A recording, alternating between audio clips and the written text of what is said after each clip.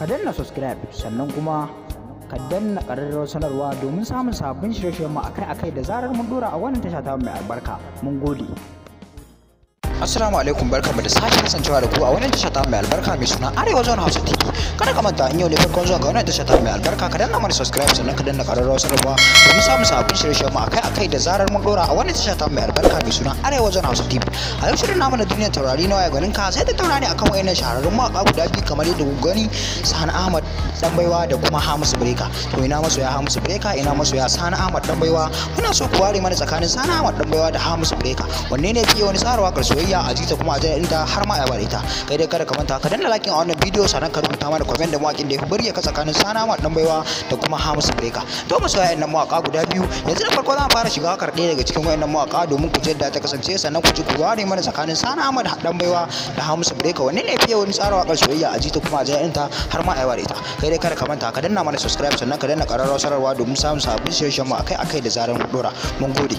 Yanzu da farko za mu fara shiga waƙar Hamisu Breka domin ku ji yadda ta kasance sannan mu shiga ta Sani Ahmad domin ita ma ku ji yadda ta kasance sannan ku ji ku ware mana tsakanin wayannan mawaƙa guda biyu, Sani Ahmad Danbaiwa da Hamisu Breka. Wanne ne fiye wani tsara waƙar soyayya a jita kuma a jarinta har ma a bare ta. Dan haka bara mu shiga waƙar Hamisu Breka domin ku ji yadda ta kasance. Ki bana agaji, ni na rangaji, ki dan yi tsokaci, ki bani ma'aji, ba zan can na gaji. To masoya Hamisu Breka, fito da wakar Hamisu Breka ta kasance ta so ne. Kada ka manta ka danna mana subscribe sannan ka danna ƙararrawar sanarwa domin samun sabbin shirye-shiryen mu akai-akai da zarar mun dora a wannan tasha ta mai albarka mai suna Arewa Hausa TV.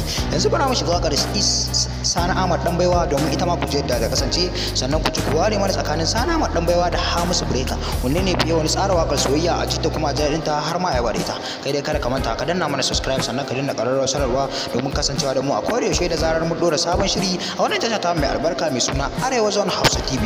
Mun gode. Sannan kada ka manta ka rubuta mana comment da mawaƙin da ya burge ka tsakanin Hamisu Breka da Sani Ahmad Danbaiwa. Yanzu bara mu shiga wakar Sani Ahmad Danbaiwa domin ku jaddada kasance. Kai dai kada ka manta ka danna mana subscribe. Mun gode. Bara mu shiga wakar Sani Ahmad Danbaiwa domin ita ma ku jaddada ta kasance. Farko zan yi batun abin da yake caja mini ruhi, sannan in yi yabo gare ki a bar so zane shari. Ke na saka raina ba cire min ke wallahi. Sai Sani Ahmad Danbaiwa ku ce da wakar Sani Ahmad Danbaiwa ta kasance ta kalaman soyayya. Kada ka manta ka danna mana subscribe sannan ka danna ƙararrawar sanarwa domin samun sabbin shirye-shiryen mu akai-akai da zarar mun dora a wannan tasha ta mai albarka mai suna Arewa Hausa TV. A nan muka karkare shirin namu na wannan lokaci na duniyar taurari. Ku ji dai yadda wakokin mawakan suka kasance Hamisu Breka da Sani Ahmad Danbaiwa. Kada ka manta ka danna mana subscribe sannan ka danna like a wannan bidiyo sannan ka rubuta mana comment da mawakin da ya burge ka tsakanin Sani Ahmad Danbaiwa da Hamisu Breka.